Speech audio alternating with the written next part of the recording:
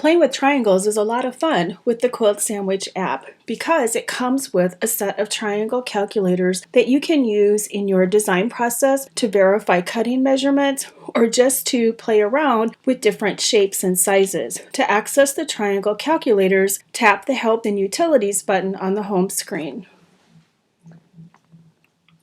Tap the Triangle Calculator button, and you are taken to the triangle page. Up at the top of the triangle page, you will see 3 buttons that are in blue. Tapping on these buttons will take you to the specific triangle calculators for custom triangles, half square triangles, including corner triangles for diagonal point settings, quarter square triangles, and also side setting triangles are contained within the quarter square button. In the middle of the page, you will see a diagram that just gives you a reference point for how corner and side setting triangles work, because it can be a little confusing as to how the pieces come together in terms of where you would need to place them and what they're named. And then below the diagram is a listing of the icons that are used in the Yardage Calculator to just kind of help you remember what the different symbols are for. Half square triangles use the length and the width measurement of a square block. Those are highlighted in bold black line. The quarter square triangles are highlighted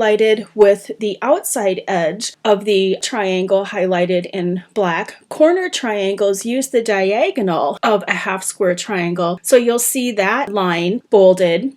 And then side setting triangles use the arrow of the triangle for blocks on point, and you'll see that highlighted too. And then custom triangles are used for right angle triangles that are typically derived from a rectangle. And you can see from the bold line of what dimension the calculator is looking for when you are trying to determine yardage for a custom right triangle. Let's go back up to the top of the screen and take a look at the Custom Triangle Calculator. So I'm going to tap on the Custom Triangle Calculator button, and I am taken to the Custom Triangle Calculator. Over on the left-hand side of the screen, you will see 2 basic categories. One is the cut size and one is the finish size. And the lines are color-coded to the dimensions on the drawing.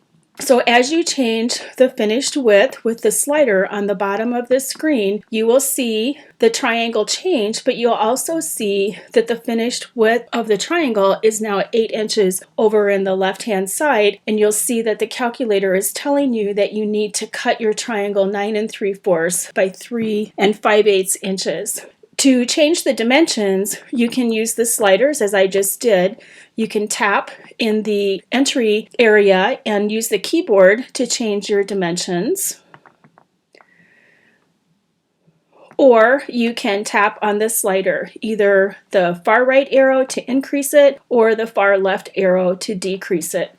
Now notice on the custom triangle you can change the width and the length. The length is designated by the green line in the drawing, and you can also change the seam line. Where appropriate on the triangle calculators, you can change either the width or the length, and you can always change the seam allowance. So depending upon the needs of your project, you can customize the yardage calculations or the piece sizes to what you need for your particular quilt. To go back to the triangle calculator, just tap triangles in the top left-hand corner.